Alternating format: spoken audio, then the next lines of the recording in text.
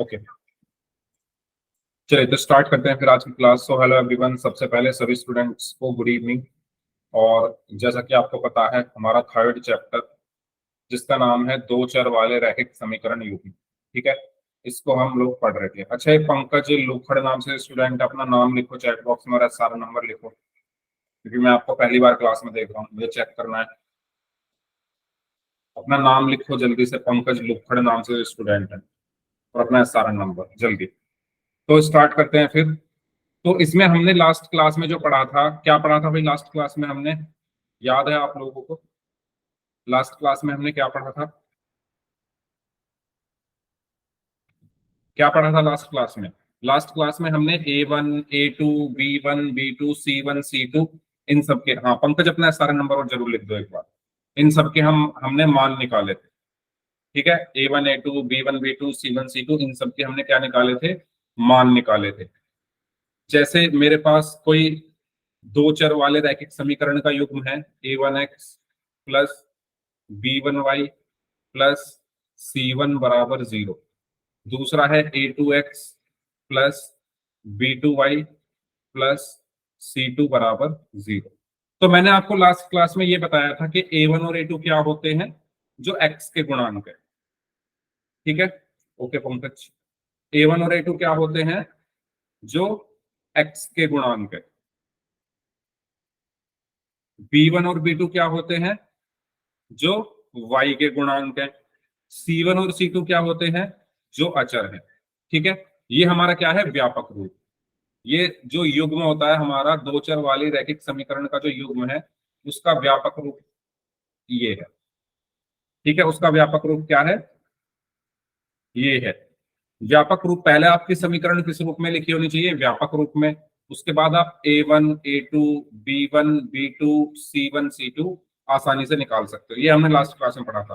For example, अगर मैं यहाँ पर एक क्वेश्चन लिखूं, 3x प्लस 5 बराबर 7y और 4x माइनस वाई बराबर 5, और अगर मैं आपसे कहूं कि इसमें A1 A2 B1 B2 C1 C2 के मान निकालो, तो कैसे निकालोगे? कैसे निकालोगे?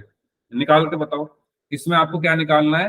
A1 A2 B1 B2 C1 C2 इन सबके मान निकालने। कैसे निकालोगे बताओ?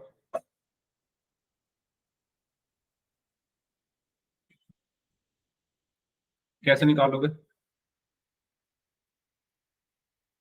डन। चलो तो C1 का मान बताओ। C1 का मान क्या होगा? फिर 5। 5। बाकी लोग C1 का बताना है, C1 का मान क्या होगा? सभी स्टूडेंट्स बताएं। 5। -7। -7। ओके। अच्छा, C2 का मान क्या होगा? C2 का मान क्या होगा? सर 1। C2 का 5। 5। ओके। देखो भाई, याद दिला देता हूं मैं, शायद आप भूल गए हो। मैंने लास्ट क्लास में बताया था कि सबसे पहले आप इसको व्यापक रूप में लिखोगे। तो व्यापक रूप क्या होता है भाई? व्यापक रूप ये लिखा हुआ है ऊपर, ये समीकरणों के व्यापक रूप लिखे हुए हैं दोनों। व्यापक रूप क्या कहता है कि पहले x वाला पद आता है, फिर y वाला, फिर अचर, फिर बराबर, फिर 0। तो पहले x वाला आ गया यानी 3x, फिर क्या आएगा? y वाला कौन है? 7y, वो इस तरफ है तो इसको मैं इस तरफ लाऊंगा तो माइनस का 7y। फिर आएगा अचर, तो अचर क्या है? प्लस का 5 बराबर 0। ठीक है, ऐसे ही नीचे पहले क्या आएगा? x वाला तो 4x, फिर क्या आएगा? y वाला तो -y, फिर क्या आएगा? अचर, तो अचर इधर है तो मैं इसको इधर लेकर आऊंगा तो माइनस का हो जाएगा, माइनस का 5 बराबर में 0। तो अब आप मान निकालोगे तो क्या क्या मान आएंगे? A1 क्या होता है भाई? इधर ही लिख लेते हैं। A1 क्या होता है? जो x के साथ लिखा हो, तो x के साथ 3 लिखा है। A2 क्या होता है? जो x के साथ लिखा हो। तो A1 और A2 वो होते हैं जो x के साथ लिखे हो, तो A1 हो गया 3, A2 हो गया 4।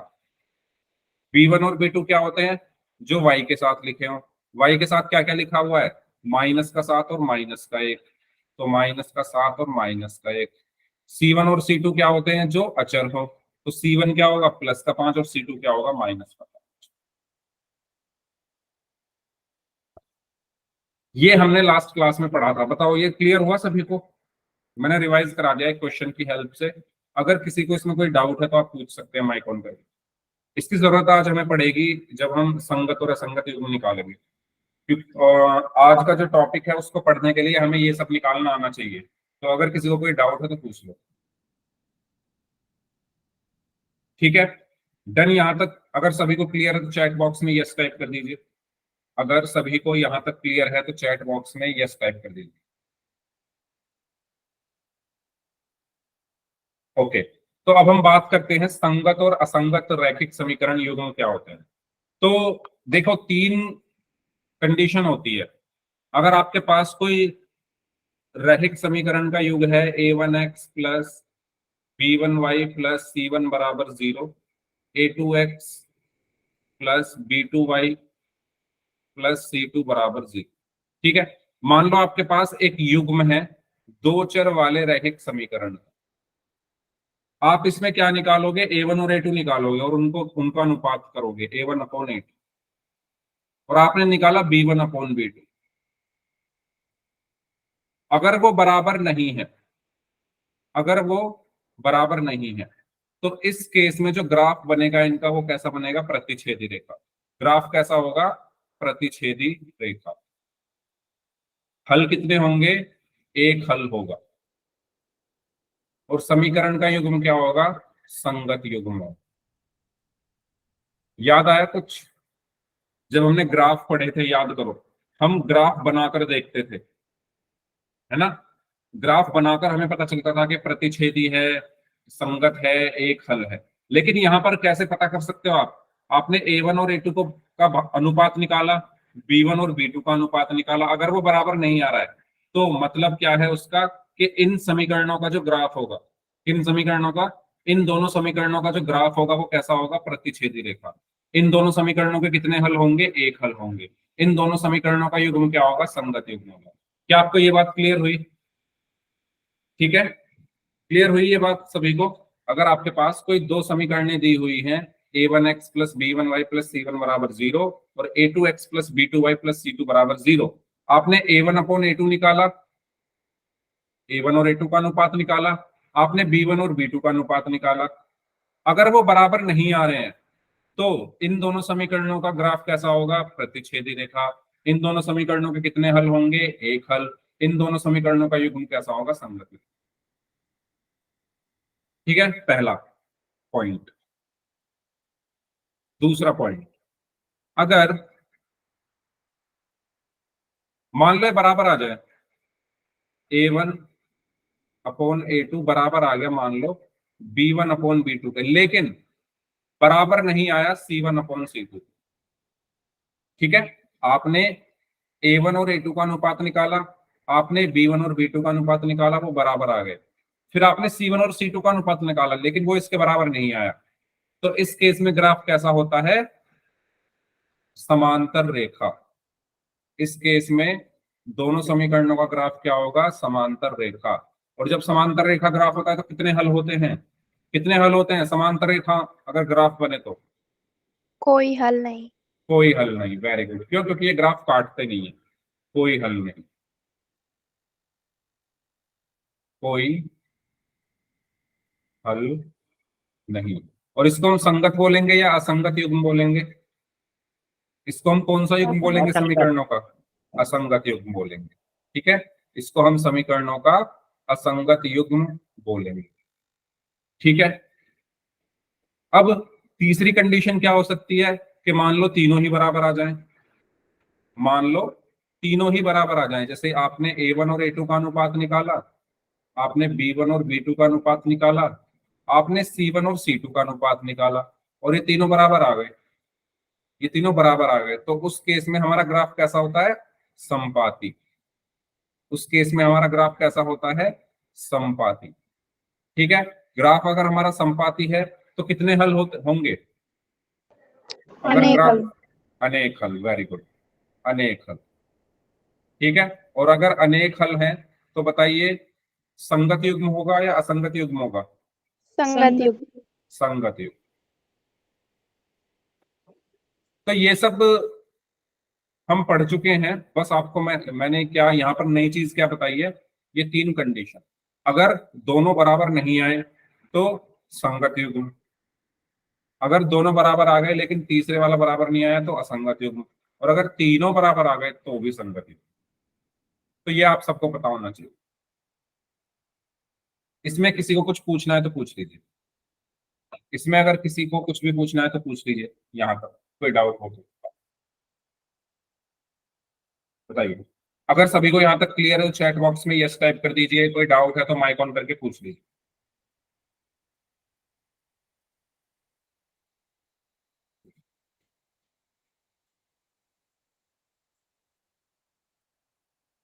ओके, आगे बढ़ते हैं। तो ये आपको याद रखनी है चीजें, ठीक है। तो आपने इससे पहले ग्राफ बनाकर आपको पता चलता था कि भाई हमारा जो ग्राफ है वो प्रतिच्छेदी है, समांतर है या संपाती है, लेकिन बिना ग्राफ बनाए क्या हम पता लगा सकते हैं? क्या हम सिर्फ समीकरण को देखकर बता सकते हैं कि कैसे कैसे युग्म होंगे, कितने हल होंगे? तो हाँ, हम बिल्कुल बता सकते हैं। और वो कैसे बता सकते हैं वो मैंने अभी आपको क्लियर किया। अगर आपके पास कोई दो समीकरण हैं, ठीक है, इस तरीके से, तो तीन चीजें पॉसिबल है। या तो a1/a2 बराबर नहीं होगा b1/b2 के, दूसरा a1/a2 बराबर b1/b2 बराबर c1/c2 हो सकता है, और तीसरा a1/a2 बराबर है b1/b2 के लेकिन बराबर नहीं है c1/c2। ठीक है। तो क्या क्या होता था इसमें भाई? पहले वाले में क्या बताया था मैंने, क्या बताया था पहले वाले में? कैसा ग्राफ बनता है? सर प्रतिच्छेदी। प्रतिच्छेदी। इसमें कैसा बनेगा? संपत संपाती। इसमें कैसा बनेगा? समांतर। समांतर। इसमें कितने हल होंगे? इस वाले में कितने हल होंगे? एक हल एक हल। एक हल। इसमें कितने हल होंगे? अनेक हल अनेक। अनेक हल। Very good. इसमें कितने हल होंगे? कोई हल नहीं। कोई हल नहीं। ठीक है, सभी को क्लियर है ना? ये सब चीजें अभी अभी मैंने बताई हैं, सभी को क्लियर है तो यस टाइप कर दो भाई। क्योंकि अब हम क्वेश्चन करेंगे तो क्वेश्चन में आपको ऐसे ही निकाल कर पता करना पड़ेगा कि कितने हल होंगे। ठीक है, संगत होगा या असंगत। अच्छा ये बताओ, ये संगत होगा या असंगत, ये वाला पहले वाला? संगत संगत। दूसरे वाला कैसा होगा, संगत या असंगत? सर संगत। संगत। तीसरे वाला कैसा होगा? असंगत असंगत। ठीक है। तो आपको याद होगा ये सब चीजें मैंने आपको बताई थी कि अगर आपका ग्राफ काटे तो संगत, ठीक है, अगर आपका ग्राफ प्रतिच्छेदी है या संपाती है तो संगत होता है वो, समीकरणों का युग्म संगत। और अगर ना काट रहा हो ग्राफ, जैसे ये समांतर रेखाओं का ग्राफ, ये एक दूसरे को कभी नहीं काटता, ठीक है, ये कभी नहीं काटेगा एक दूसरे को, तो ये कैसा होगा? असंगत। जो काटते हैं वो संगत, जो नहीं काटते वो असंगत। जितनी बार ग्राफ काटते हैं उतने ही हल होते हैं। तो ये एक बार काट रहा है तो सिर्फ एक हल होगा, ये कई बार काट रहा है तो बहुत सारे हल होंगे, ये एक दूसरे को नहीं काट रहे हैं तो कोई हल नहीं होगा। क्लियर यहाँ तक? यहाँ तक क्लियर है सभी को? बताइए। ये क्वेश्चन है, इसको सॉल्व करके आपको क्या क्या बताना है? आपको बताना है कि ग्राफ कैसा होगा, आपको बताना है कि हल कितने होंगे, और आपको बताना है कि ये संगत युग्म है या असंगत, संगत या असंगत, ये बताना। तो सभी लोग इसको सॉल्व करना शुरू करें अपनी नोटबुक में, कोशिश करें। कैसे करोगे सॉल्व? करो खुद से।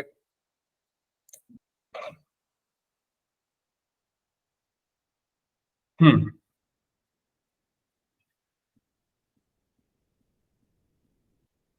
करिए।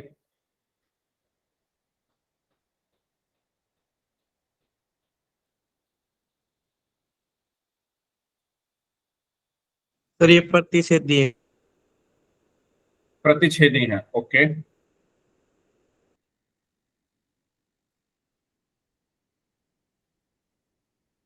सर इसका एक हल है और सर ये संगत है। ओके, बाकी लोग? सर प्रतिच्छेदी रेखा है, एक हल है और संगत युग्म। Okay, very good. तो इसको मैं करा देता हूं, अगला फिर बाकी आप लोग करेंगे। देखिए सेम, सबसे पहले आपको क्या निकालना पड़ेगा इसमें, ग्राफ और हल और संगत असंगत बताने के लिए आपको क्या क्या चीजें चाहिए।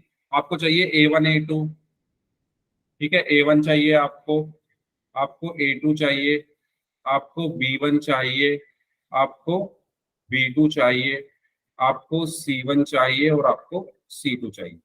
ये सब चीजें आपको सबसे पहले निकालनी पड़ेगी, और ये मैं आपको पिछली क्लास में निकालनी सिखा चुका हूँ, ठीक है। और आज भी एक क्वेश्चन मैंने रिवाइज कराया था। तो कैसे निकालते थे, सबसे पहले हम क्या देखेंगे, सबसे पहले हम लिख लेते हैं कि दो चर वाली रैखिक समीकरण का जो युग्म है, दो चर वाली रैखिक समीकरण युग्म का व्यापक रूप क्या होता है। तो क्या होता है फिर व्यापक रूप, दो चर वाली रैखिक समीकरण के युग्म का व्यापक रूप क्या होता है, A1x plus B1y plus C1 बराबर 0, A2x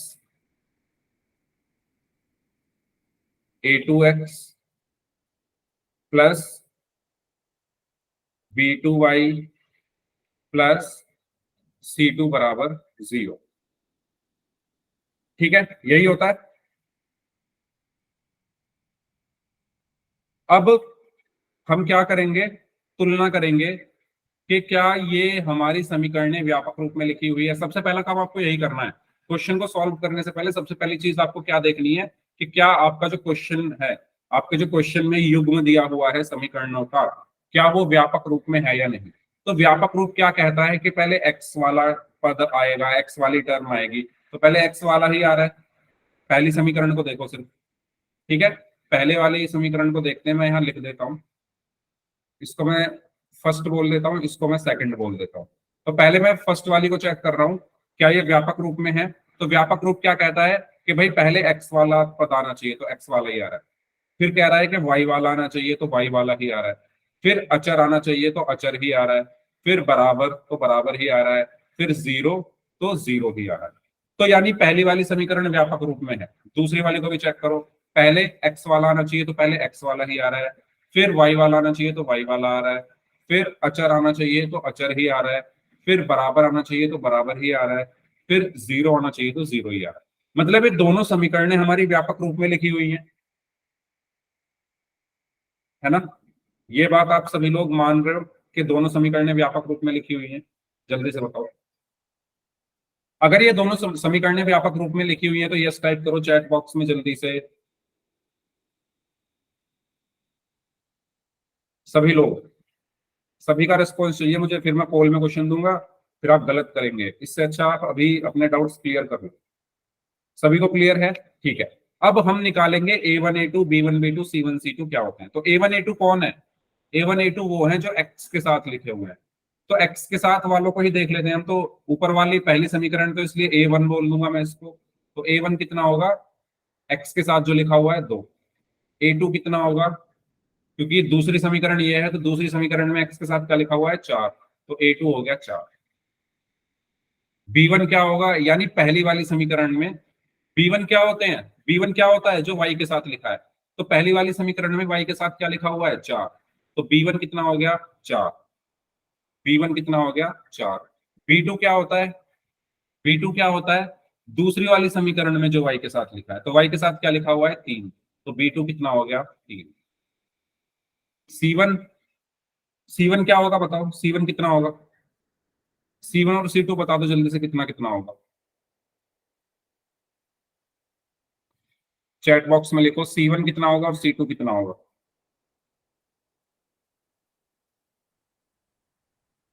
4,8, ओके। बाकी लोग यस। तो C1 क्या है, पहली वाली समीकरण में अचर क्या है अकेला 4, दूसरी वाली समीकरण में अचर क्या है अकेला 8। तो C1 और C2 आ गए, A1 और A2 आ गए, B1 और B2 आ गए। अब आप क्या निकालोगे, इनके अनुपात। अनुपात मतलब A1 और A2 का अनुपात, ठीक है। A1 और A2 का अनुपात क्या होगा, A1 कितना है 2, A2 कितना है 4, तो 2/4। तो दो एक, दो एकम दो, दो दूनी 4, तो 1/2 आया। फिर निकालोगे B1 और B2 का अनुपात, तो B1 और B2 का अनुपात क्या आएगा? B1 कितना है 4, B2 कितना है 3, तो 4/3 आ गया। ठीक है, पहले आप ये चेक करो क्या ये दोनों बराबर हैं? कौन दोनों? A1 और A2 और B1 और B2 क्या बराबर आ रहे हैं? अगर ये बराबर आते हैं तो C1 और C1/C2 आपको निकालना है, और अगर ये बराबर नहीं आते हैं तो आगे आपको सॉल्व नहीं करना है। तो ये दोनों बराबर नहीं आ रहे ना, आप यहां पर देख सकते हो कि A1/A2 कितना आया 1/2, B1/B2 कितना आया 4/3, तो ये 4/3। तो यहां से मैं क्या कह सकता हूं कि A1/A2 बराबर नहीं है B1/B2 की। और जब ये बराबर नहीं आते तो मैंने बताया था ग्राफ कैसा बनता है, बताओ। जब ये बराबर ना हो तो ग्राफ कैसा बनता है? प्रतिच्छेदी। प्रतिच्छेदी, बताया था ना अभी थोड़ी देर पहले, प्रतिच्छेदी रेखा। जब आप इन दोनों समीकरणों का ग्राफ बनाओगे, इन दोनों का, ये जो क्वेश्चन में दोनों समीकरणें दी हुई है, जब आप इनका ग्राफ बनाओगे तो कैसा ग्राफ आएगा आपका? प्रतिच्छेदी रेखा। ठीक है, अगर ये ग्राफ प्रतिच्छेदी रेखा है तो कितने हल होंगे? हल कितने होंगे?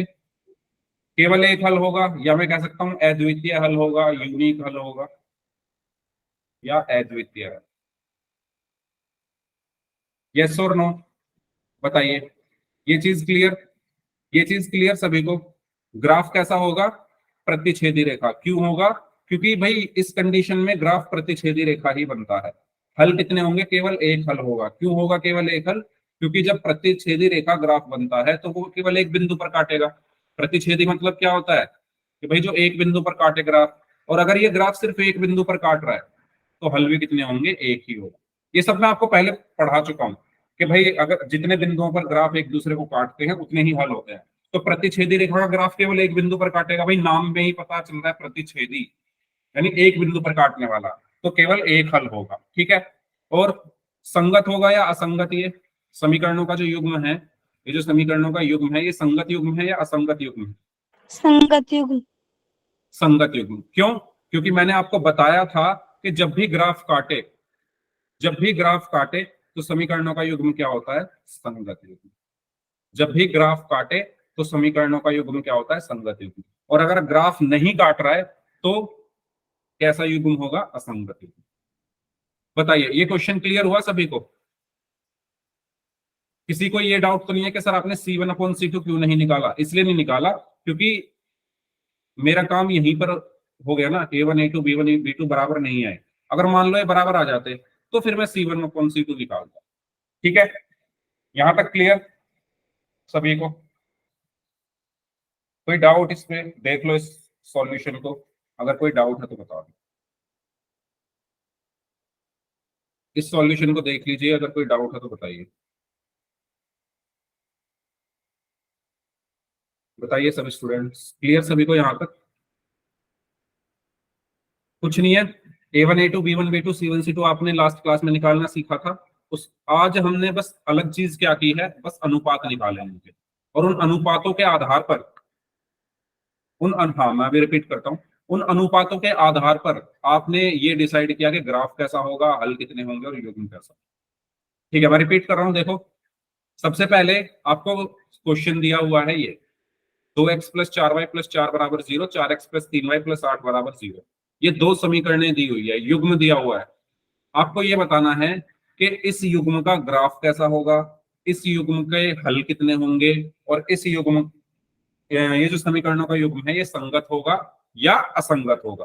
तो उसको बताने के लिए मैंने 3 कंडीशन अभी थोड़ी देर पहले जब क्लास शुरू हुई थी तब मैंने यहां पर बताई थी।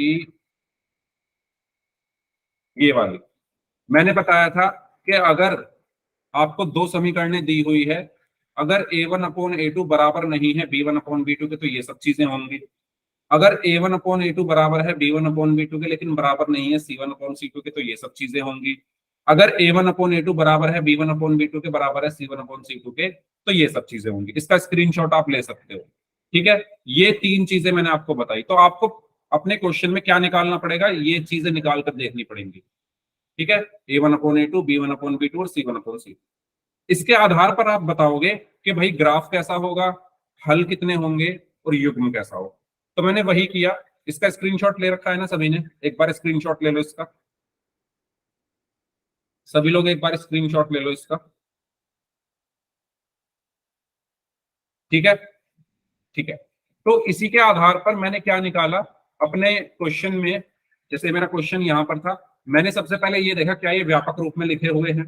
तो व्यापक रूप क्या कहता है कि पहले एक्स वाला आएगा तो एक्स वाला आ रहा है, फिर वाई वाला आएगा तो वाई वाला आ रहा है, फिर अचर आएगा तो अचर आ रहा है, फिर बराबर आएगा तो बराबर आ रहा है, फिर जीरो आएगा तो जीरो आ रहा है। ऐसे ही दूसरी समीकरण में भी पहले एक्स वाला आएगा तो एक्स वाला आ रहा है, फिर वाई वाला आएगा तो वाई वाला आ रहा है, फिर अचर आएगा तो अचर आ रहा है, फिर बराबर आएगा तो बराबर आ रहा है, और फिर जीरो आएगा तो जीरो आ रहा है। ठीक है। उसके बाद मैंने क्या किया, लास्ट क्लास में जो सब चीजें की थी, A1 A2 B1 B2 C1 C2 के मान निकाले। A1 क्या होगा, जो x के साथ लिखा हुआ है, तो x के साथ लिखा हुआ है 2, तो A1 हो गया 2। B1 क्या होगा, जो y के साथ लिखा हुआ है, तो y के साथ लिखा हुआ है 4, तो B1 हो गया 4। C1 क्या होगा, जो अकेला है तो अकेला 4 है, तो C1 हो गया 4। A2 क्या होगा, जो x के साथ लिखा हुआ है, तो x के साथ लिखा हुआ है 4, तो A2 हो गया 4। B2 क्या होगा, जो y के साथ लिखा है तो y के साथ 3 लिखा है, तो B2 हो गया 3। C2 क्या होगा, जो अकेला है तो अकेला 8 है, तो C2 हो गया 8। बताइए मुस्कान, यहां तक clear? A1 A2 B1 B2 C1 C2 यहां तक क्लियर सभी को? Yes sir. ठीक है। अब आपको क्या करना है, अब आपको अनुपात निकालने हैं। किस किस के अनुपात निकालोगे, A1 A2 B1 B2 और C1 C2। आपने पहले A1 और A2 का अनुपात निकाला, यानी A1 बटे A2। A1 कितना है 2, A2 कितना है 4, यानी 2/4। 2/4, 2 से भाग कर दिया, 2 एकम 2, 2 दूनी 4, यानी 1/2 आ गया। ठीक है। ऐसे ही आप क्या निकालोगे, B1/B2। B1/B2, B1 कितना है 4 बटे B2 कितना है 3, तो 4/3 आ गया। अब आप C1/C2 तब निकालोगे जब ये बराबर आएंगे, क्योंकि ये बराबर नहीं आ रहे ना, ये बराबर नहीं आ रहे, तो हमें जरूरत ही नहीं है आगे करने की, हमारा यही यहीं से सॉल्व हो गया ना। क्यों? क्योंकि हमने क्या पढ़ा था कि अगर ये बराबर नहीं है, कौन बराबर नहीं है, A1/A2 बराबर नहीं है B1/B2 के, जो कि यहाँ पर नहीं है। A1/A2 1/2 है, B1/B2 4/3 है, ये बराबर नहीं है। और अगर ये बराबर नहीं है तो ग्राफ कैसा बनता है, प्रतिच्छेदी रेखा। हल कितने होते हैं, एक हल। और समीकरणों का युग्म कैसा होता है, संगत युग्म। बताइए, समझ आया? किसी भी स्टूडेंट को कोई भी डाउट है तो आप पूछ सकते हैं माइक ऑन करके। यहाँ तक क्लियर है सभी को? चैट बॉक्स में यस टाइप कर दो अगर सभी को यहाँ तक क्लियर है, तो फिर नेक्स्ट क्वेश्चन करेंगे।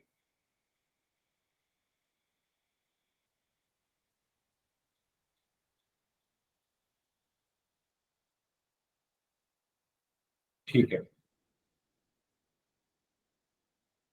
तो यहाँ पर ही निकाल कर सब चीजें दिखाई गई है, और इसका ग्राफ प्रतिच्छेदी होगा, संगत युग्म है और एक हल है।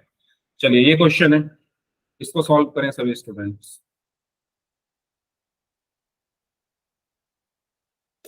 सेम चीज इसमें भी आपको क्या क्या बताना है, ग्राफ कैसा होगा, कितने हल होंगे, और संगत युग्म है या असंगत युग्म, ये तीनों चीजें आपको बतानी है इसमें।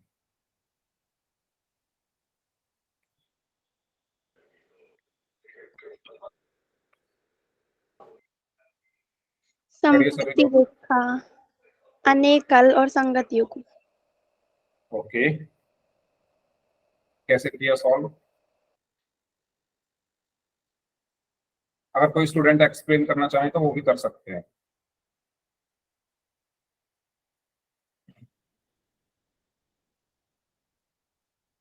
हाँ जी, खुशबू आपको कुछ पूछना है क्या? आपको कुछ पूछना है क्या खुशबू? हवासिन नाम से स्टूडेंट है, क्योंकि आप बार बार वो उसको प्रेस कर रहे हो हैंड रेस को। कुछ पूछना है तो पूछ लो, और अगर कुछ नहीं पूछना है तो प्लीज आप उसको प्रेस मत करो। सर संपत्ति रेखा अनेक हल और संग ओके,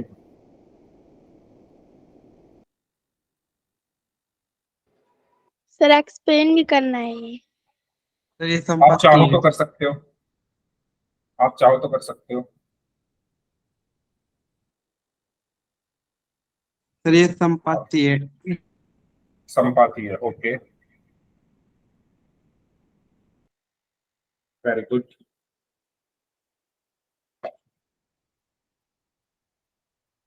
कोई करेगा एक्सप्लेन? Yes sir. करिए। सर पहले हमें ये देखना है कि ये व्यापक रूप में है या नहीं है। Very good.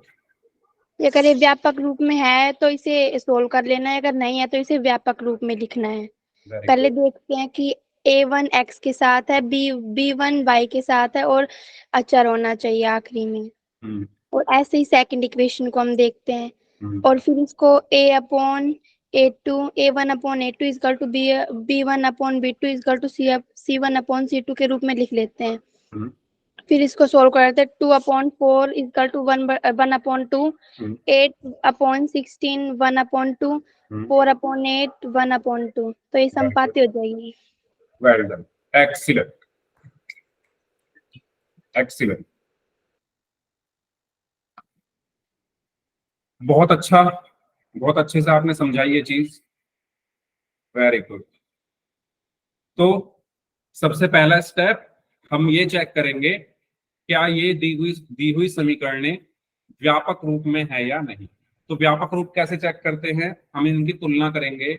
a1x plus b1y plus c1 बराबर 0, a2x plus b2y plus c2 बराबर 0।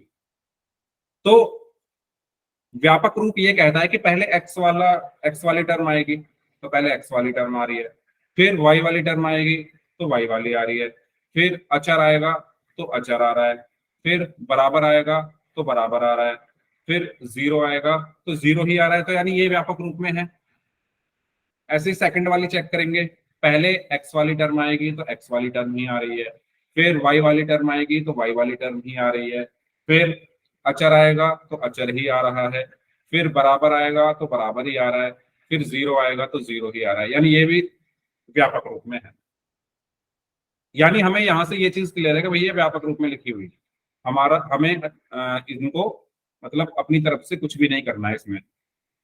हमें अब क्या करना है, सिर्फ a1 a2 b1 b1 b2 और c1 c2 के मान निकाल। ठीक है। a1 क्या होगा, a1 वो होगा जो x के साथ लिखा हुआ है, तो x के साथ क्या लिखा हुआ है 2, तो a1 का मान हो गया 2। a2 क्या होगा, या पहले b1 निकाल लेते हैं। b1 क्या होगा, जो y के साथ लिखा हुआ है, तो y के साथ क्या लिखा हुआ है 8, तो b1 हो गया 8। c1 क्या हो गया, जो अचर है, तो अचर 4 है तो c1 हो गया 4। ठीक इसी तरीके से a2 क्या होगा, जो x के साथ लिखा हुआ है, तो x के साथ लिखा हुआ है 4, ये a1 कहाँ गया। ठीक है। b2 क्या होगा, b2 वो होगा जो y के साथ लिखा हुआ है, तो y के साथ क्या लिखा हुआ है प्लस का 16। c2 क्या होगा, जो अचर है, तो अचर क्या है 8। a1 b1 c1 a2 b2 c2। इसमें किसी को कोई डाउट? हाँ जी, कोई डाउट किसी को? अगर कोई डाउट है तो माइक ऑन करके पूछ लीजिए। और अगर सभी को यहां तक क्लियर है तो चैट बॉक्स में यस टाइप कर दीजिए। अगर यहां तक सभी को क्लियर है तो चैट बॉक्स में यस टाइप कर दीजिए। ठीक है। अब हम क्या निकालेंगे, अनुपात। ठीक है, अनुपात निकालेंगे अब हम। तो सबसे पहले a1/a2 निकालते हैं। a1/a2 a1/a2 कितना आएगा, 2/4, और 2/4 यानी 1/2 आ गया। ठीक है, 2 एकम 2 होते हैं, 2 दूनी 4 होते हैं, तो 1/2 आ गया। ऐसे ही b1/b2 हमने निकाला। b1/b2 कितना है, 8/16, तो 8 एकम 8, 8 दूनी 16, यानी ये भी 1/2 आ गया। तो यानी a1/a2 और b1/b2 दोनों बराबर आ रहे हैं। और जब ये बराबर आते हैं तो हम क्या निकालेंगे, c1/c2 निकालेंगे।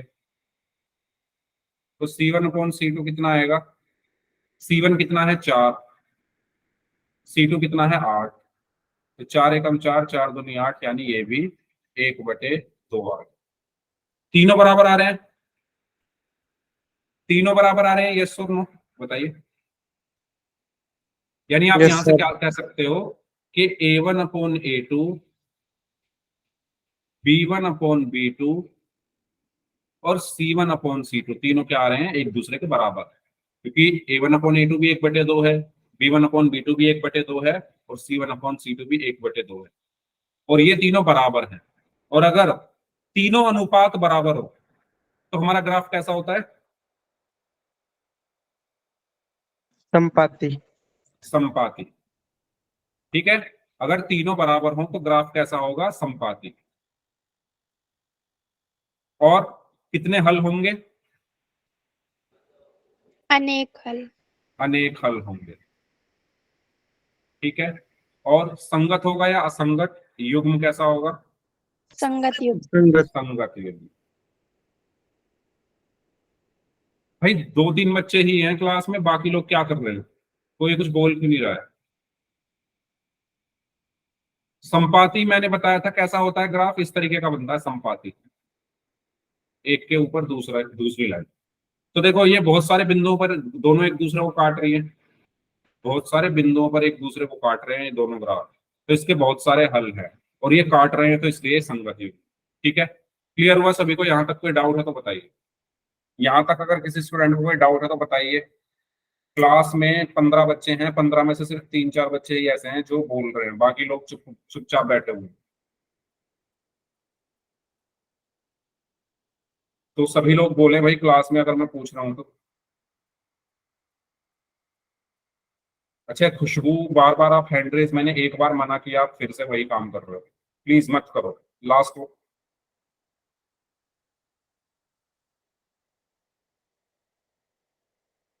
बताइए, यहां तक कोई डाउट है तो।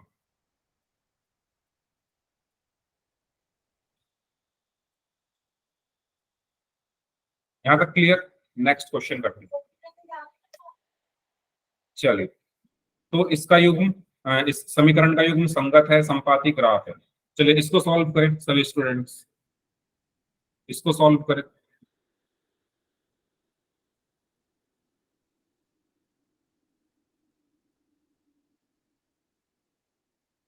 इसको सॉल्व करें सभी लोग। I have done sir. Okay, very good, बाकी लोग भी करें solve.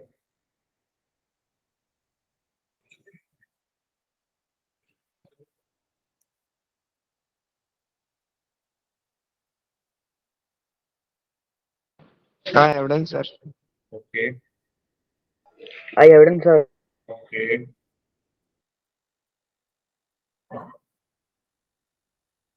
I have done, sir. Okay, very good, I have done, sir. Very good.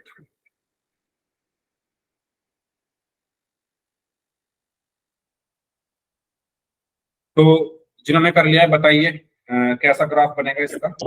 समांतर। समान। सर इसका कोई हल नहीं और ये संगत है। संगत है या असंगत है? तो असंगत। अरे ऐसा मत करो। असंगत, वेरी गुड।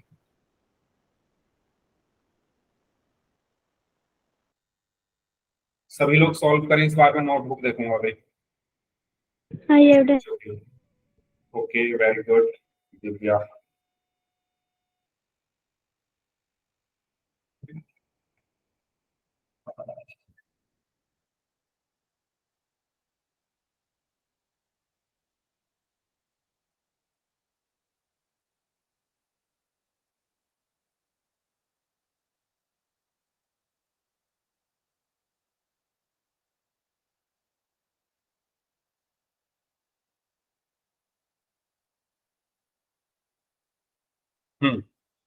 चलिए नोटबुक देखें फिर कुछ बच्चों की, शुरू करते हैं। सबसे पहले जीतू नुनीवाल नाम से स्टूडेंट है, दिखाइए नोटबुक। और जो बच्चे नोटबुक नहीं दिखाएंगे, जो बच्चे आंसर नहीं करेंगे, उनकी अटेंडेंस नहीं लगेगी। जीतू नुनीवाल नाम से स्टूडेंट हैं, नोटबुक दिखाएं जल्दी से। क्या, कैसे किया सॉल्व? माइक ऑन करो, क्या कर रहे हो क्लास में आप, दिखाओ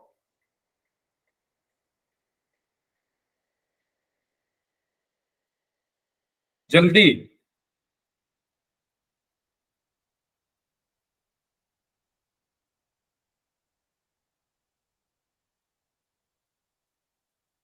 ठीक है, आपकी अटेंडेंस नहीं लगेगी आज। नेक्स्ट है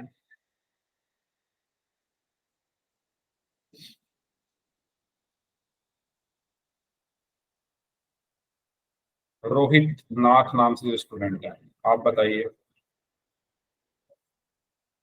आप दिखाइए नोटबुक कैसे सॉल्व किया।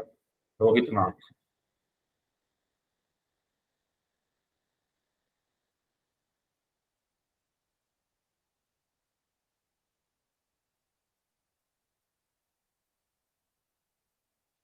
कैमरा उसकी तरफ कीजिए, नोटबुक की तरफ।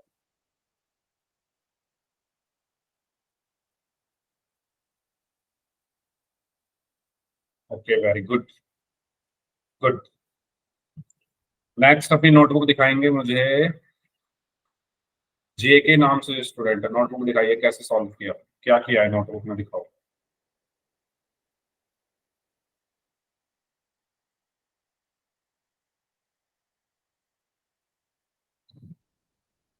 जे के नाम से स्टूडेंट है, ठीक है, आपकी भी अटेंडेंस नहीं लगेगी आज। दक्ष यादव नाम से स्टूडेंट है, नोटबुक दिखाइए। दक्ष यादव नाम से स्टूडेंट है, नोटबुक दिखाएं।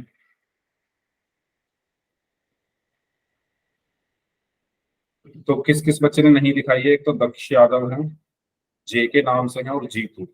इन तीनों बच्चों की अटेंडेंस नहीं लगेगी आज की क्लास।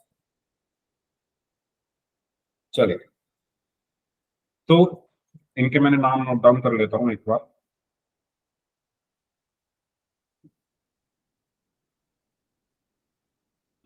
ठीक है, तो आपके पास दो समीकरण हैं, एक को मैं फर्स्ट बोल देता हूँ, एक को सेकंड बोल देता हूँ। ये फर्स्ट हो गई और ये सेकंड हो गई।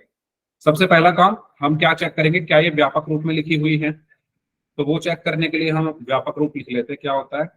a1x plus b1y plus c1 बराबर 0, a2x plus b2y plus c2 बराबर 0। एग्जाम में जो क्वेश्चन आता है वो ऐसे आएगा, आपका व्यापक रूप में लिखकर नहीं दिया जाएगा, आपको खुद बदलना पड़ेगा उसको व्यापक रूप में। तो ये स्टेप मत करना, भूल जाना, वरना क्वेश्चन गलत हो जाएगा। ठीक है, एग्जाम में जो क्वेश्चन आते हैं वो कैसे आते हैं, उसमें ऐसे लिख के नहीं दिए होते व्यापक रूप, आपको उसको व्यापक रूप में बदलना पड़ता है, उसके बाद आप उसको सॉल्व करते हैं। ठीक है, तो इसमें सबसे पहले एक्स वाला टर्म है तो एक्स वाला ही आ रहा है, फिर वाई वाला है तो वाई वाला ही आ रहा है, फिर अचर है तो अचर ही आ रहा है, फिर बराबर है तो बराबर ही आ रहा है, फिर जीरो है तो जीरो ही आ रहा है। ठीक है, तो पहले वाली तो है व्यापक रूप में है।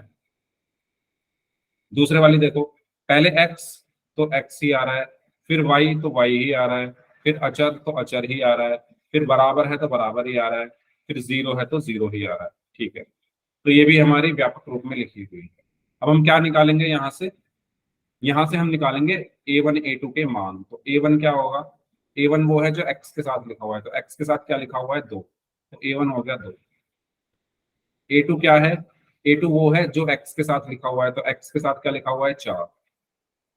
b1 b2, b1 क्या है? जो y के साथ लिखा है 8, और b2 जो नीचे वाले y के साथ लिखा है 16। c1 c2, c1 क्या है? ऊपर वाली समीकरण में अचर 4, c2 क्या है? नीचे वाले समीकरण का अचर 7। ठीक है, अब हम क्या निकालेंगे? इनके अनुपात। तो अनुपात क्या आएगा? a1 अपॉन a2 कितना आया? 2/4, 2 एकम 2, 2 दूनी 4, यानी 1/2। b1 अपॉन b2 कितना आया? 8/16, 8 एकम 8, 8 दूनी 16, यानी 1/2। c1 अपॉन c2 कितना आया? 4/7। ठीक है, अब a1 अपॉन a2 बराबर आ रहा है b1 अपॉन b2 के, लेकिन ये बराबर नहीं है c1 अपॉन c2। यही तो हो रहा है, देखो ध्यान से, a1 upon a2 1/2, b1 upon b2 भी 1/2, ये तो बराबर है, लेकिन ये आ रहा है 4/7, यानी ये इन दोनों के बराबर नहीं है। और ये कंडीशन मैंने किसके लिए बताई थी? ग्राफ कैसा बनता है इस कंडीशन में? समांतर रेखा। और अगर ग्राफ समांतर रेखा है, यानी इस तरीके से बनेगा इसका ग्राफ, तो ये एक दूसरे को कहीं पर भी नहीं काट रहे, ये दोनों ग्राफ एक दूसरे को नहीं काटेंगे, और अगर नहीं काटेंगे तो कोई हल नहीं, कोई हल नहीं। ठीक है। और क्योंकि ये नहीं काट रहे हैं तो इनको हम बोलेंगे असंगत युग, इनको हम क्या बोलेंगे, असंगत युग। ठीक है, ये हमारा आंसर। बताइए, क्लियर? सभी को ये क्वेश्चन क्लियर हुआ? कोई डाउट हो इसमें तो पूछिए, फिर अब हम आगे बढ़ते हैं और कुछ और क्वेश्चंस करते हैं। बताइए भाई, यहां तक सबको क्लियर है? यस और नो? कोई डाउट है तो बताओ। क्या हुआ? तो चैट बॉक्स ऑन कर दो। चैट बंद कैसे हो गया ये? अरे यार, ये कैसे बंद हो गई चैट? कर दी मैंने ऑन।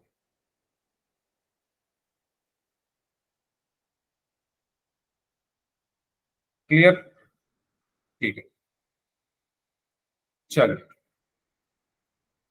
तो ये आपको मैंने करा दिया है, इसका स्क्रीनशॉट ले लो क्योंकि मैं पोल में क्वेश्चन पूछूंगा इसमें से। ठीक है क्या? ये वही चीजें जो मैंने आपको स्टार्टिंग में बताई थी कि अगर a1/a2 बराबर नहीं है b1/b2 के तो प्रतिच्छेदी रेखाएं एक हल। अगर तीनों बराबर हैं तो संपाती रेखाएं अनेक हल। अगर ये दोनों बराबर हैं लेकिन c1/c2 बराबर नहीं है तो समांतर रेखाएं कोई हल नहीं। इसमें से क्वेश्चन पूछूंगा पोल में अभी, तो इसका स्क्रीनशॉट ले लो सभी लोग, क्योंकि हो सकता है किसी को याद ना हो, तो इसमें से आप हेल्प ले सकते हो पोल के क्वेश्चन में। क्लियर है? और इसमें से एग्जाम में कई बार पूछा गया है, 1 नंबर के जो क्वेश्चन आते हैं उसमें आया है कई बार, आपको इन तीनों में से कोई भी कंडीशन देके पूछ लेगा कि इसका ग्राफ कैसा होगा, या ये संगत होगा या असंगत होगा, इस तरीके से। तो पोल में क्वेश्चन हम लोग करने वाले हैं। ठीक है, इसको देख लो अच्छे से क्योंकि इन्हीं में से क्वेश्चन होंगे आपके पोल में। बढ़े आगे? ले लिया सभी ने स्क्रीनशॉट? Yes sir. ठीक है, तो ये आपके लिए क्वेश्चन है, करिए इसको सॉल्व।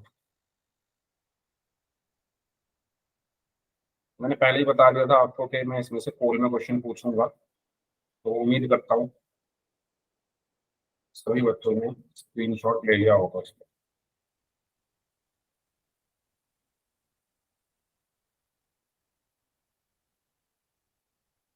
चलिए,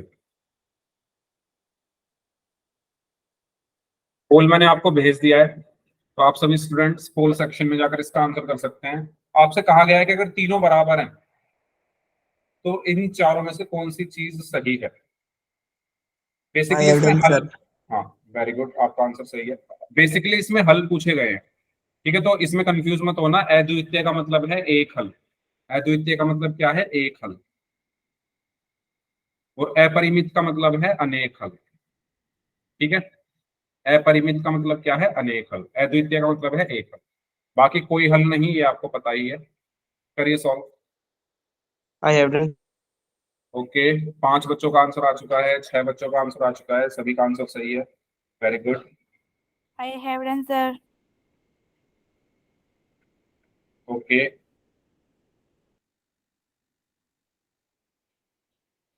7 बच्चों का आंसर आ चुका है। Very good. 8 बच्चों का आंसर आ चुका है। 4 लोग अभी भी बचे हुए हैं, वो भी आंसर करें जल्दी से। ये हरियाणा बोर्ड 2017 में पूछा गया क्वेश्चन है, और ये कई बार मैंने देखा है ये पूछा गया है इस टाइप का क्वेश्चन। बस कंडीशन जो है वो चेंज हो जाती है, लेकिन 3 ही तो कंडीशन है। क्लास में 12 बच्चे हैं, 12 में से 9 बच्चों का आंसर आ चुका है, 3 लोग और बचे हैं, वो भी आंसर कर दीजिए जल्दी से।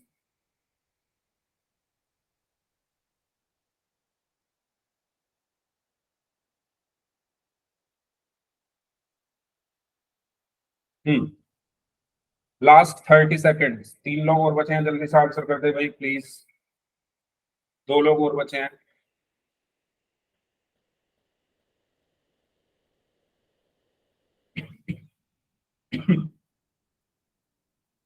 दो लोग और बचे हैं।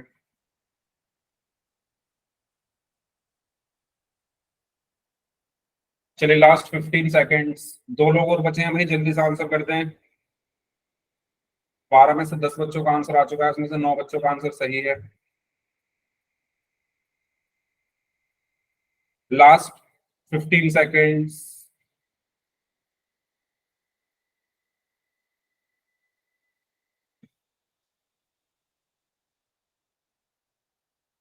Last 5 seconds. 5 4 3 2 1।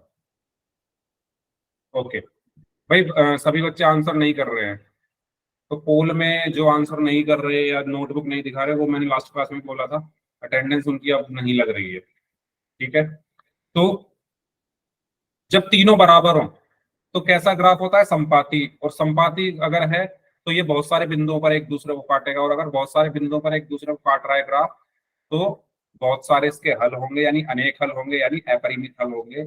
यानी सही आंसर क्या होगा इसका? Option C. क्लियर हुआ सभी को? सही आंसर इसका क्या होगा? Option C. ठीक है, ओके, नेक्स्ट क्वेश्चन करें। चलिए इसको बताइए, इसको सॉल्व करिए।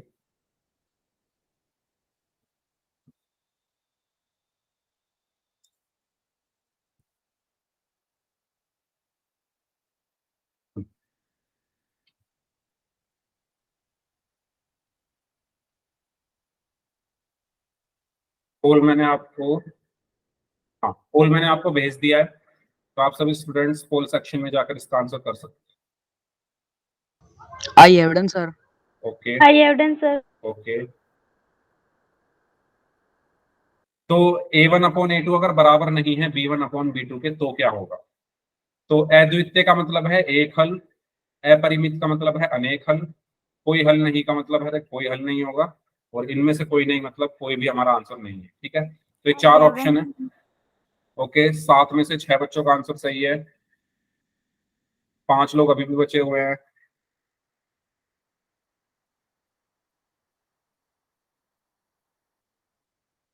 आठ में से 6 का सही है।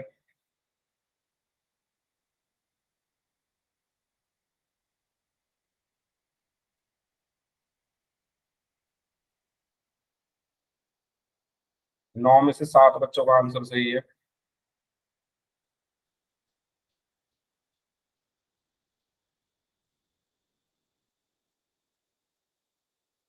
तीन लोग और बचे हुए हैं, जल्दी से आंसर कर दें, इसके बाद एक और क्वेश्चन है, उसको हम लोग करेंगे।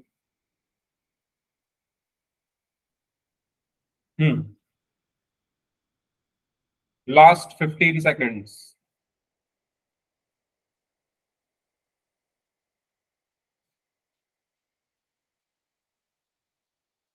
10 में से 8 बच्चों का आंसर सही है।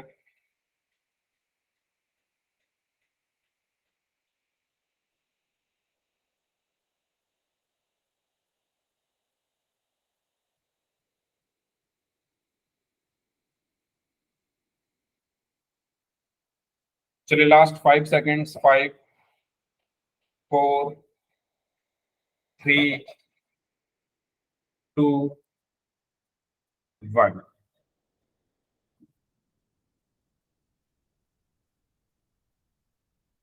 तो देखिए, ये आपको बताया गया था कि अगर आपके A1/A2 और B1/B2 के अनुपात बराबर नहीं आ रहे हैं, तो उस केस में हमारा ग्राफ कैसा बनता है? समांतर रेखा।